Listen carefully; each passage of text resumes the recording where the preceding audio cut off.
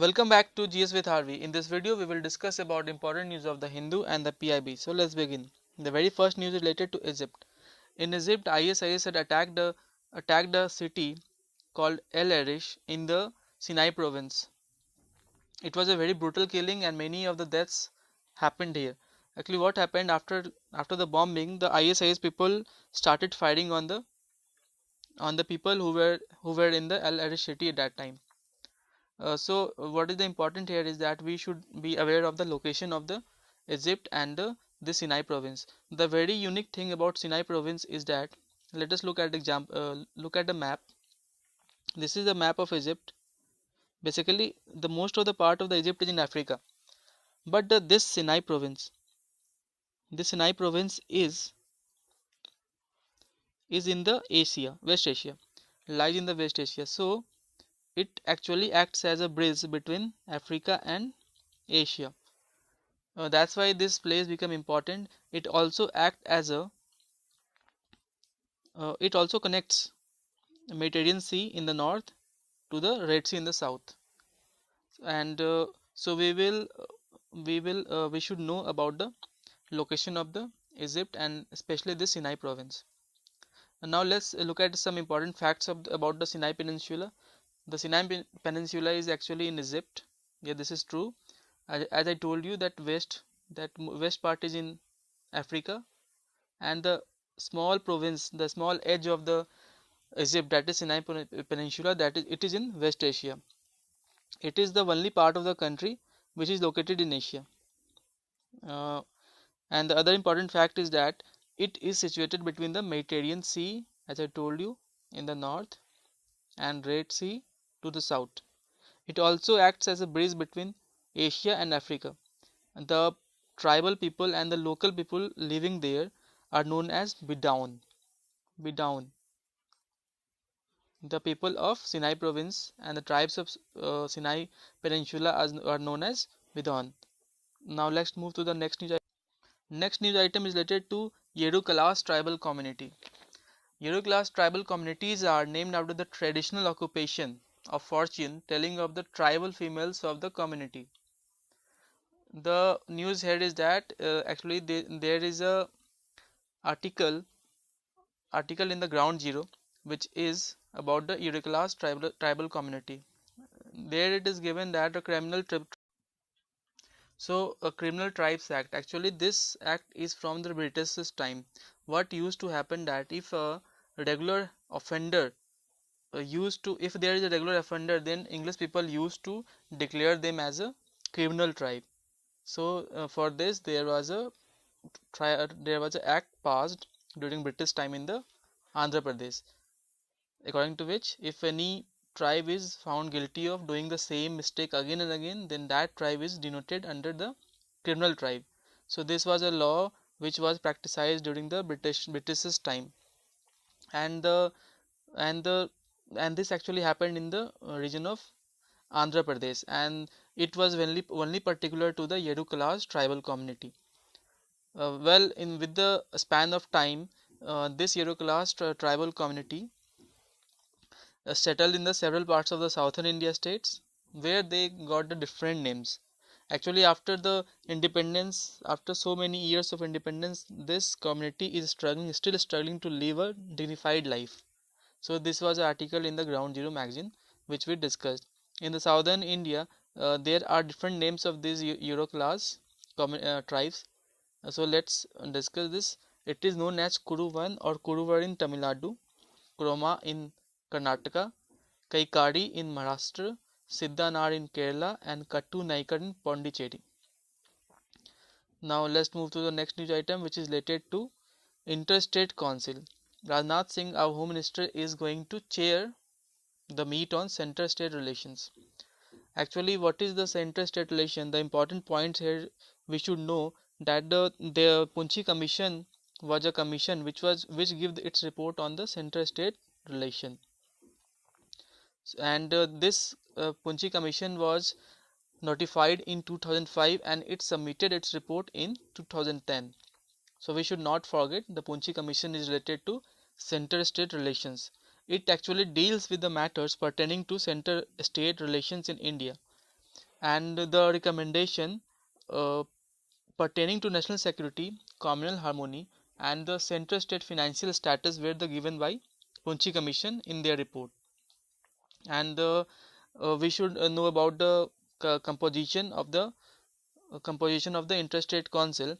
If we talk about the composition, then the prime minister is chairman, followed by the members as the three chief ministers of all states and chief ministers of UTs with legislative assembly.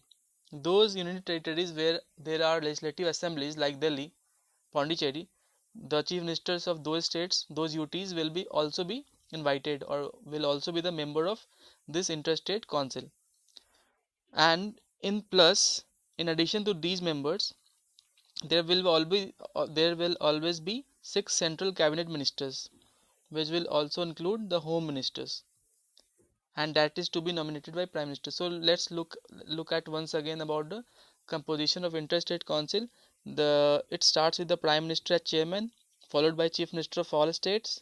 It will also include the chief minister of those states where the state legislative assembly is there, and there will be 6 central cabinet ministers, which will also include home minister.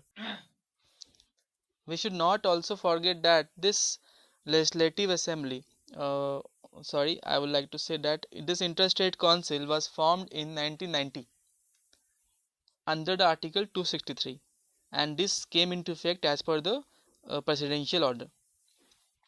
So it is a governor of states under the president's rule, and there is also a standing committee of interstate council that is to be chaired by home minister, with members as 5 members of cabinet rank and 9 members of chief ministers of state. So let's move to the next news item, that is related to India and Sri Lanka, which they are going to expedite the projects. India is the context here is that the Sri Lankan Prime Minister Ranil Wickremesinghe had visited the Indian Prime Minister Narendra Modi for a 2-day visit, and India had the plan of developing the Trincomalee Harbour in Sri Lanka.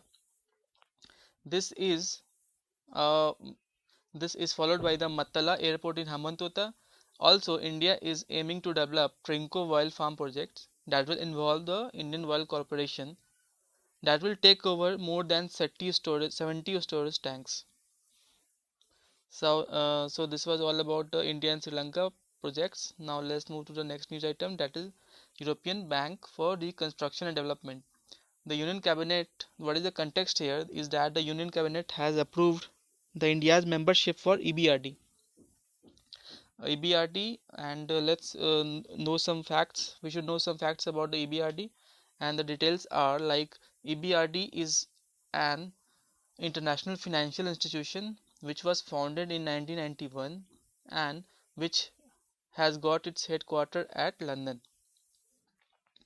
Besides the European members, there are the members from the 65 countries, and there are 2 European Union institutions. And the important thing to note here is that the USA is the biggest shareholder in EBRD. Besides Europe, the member countries of the EBRD are also from other continents like North America, Asia, Africa, and Australia. What is the core operation? What does EBRD do actually?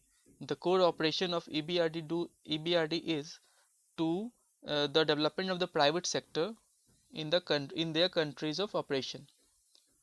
The minimum capital investment towards joining the EBRD or to get the membership of EBRD, the minimum initial capital is 1 million euros.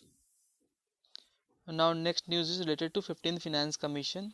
The Union Cabinet has approved for the setting up of the 15th Finance Commission, which will decide the distribution of taxes among the centers and states and local bodies. Okay, so what is the role of the Finance Commission? The Finance Commission is a constitutional body under the Article 280 of the Constitution, and the Finance Commission is set up at every 5 years. The recommendation of 14th Finance Commission is in progress, and these are valid from 2015 to 2020. and the recommendation of 15th Finance Commission, uh, which will be from 2020 to 2025, and the Article 280 prescribed for the setting up of a finance commission, and President selects the chairman of the finance commission. The chairman of the 14th Finance Commission was Dr. Y.V. Reddy. So let's move to the next news item. This is related to Umang app.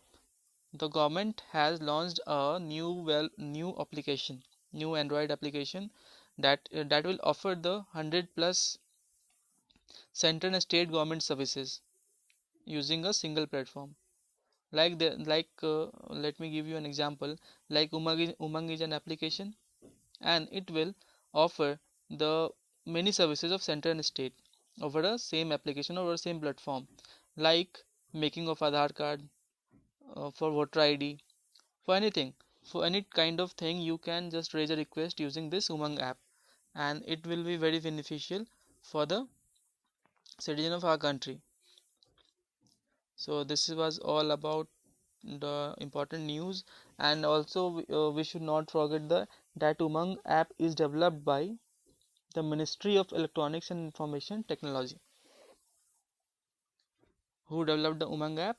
This is developed by Ministry of Electronics and Information Technology, this which is collaboratively known as MIT. So a person can, if a person has to make a passport, Aadhaar or PAN card, or if even it has to book a gas cylinder, then, or a citizen wants to know about their provident fund, then it can all be resolved using an Umang app. So it was all about today's news. Thank you for listening. Thanks.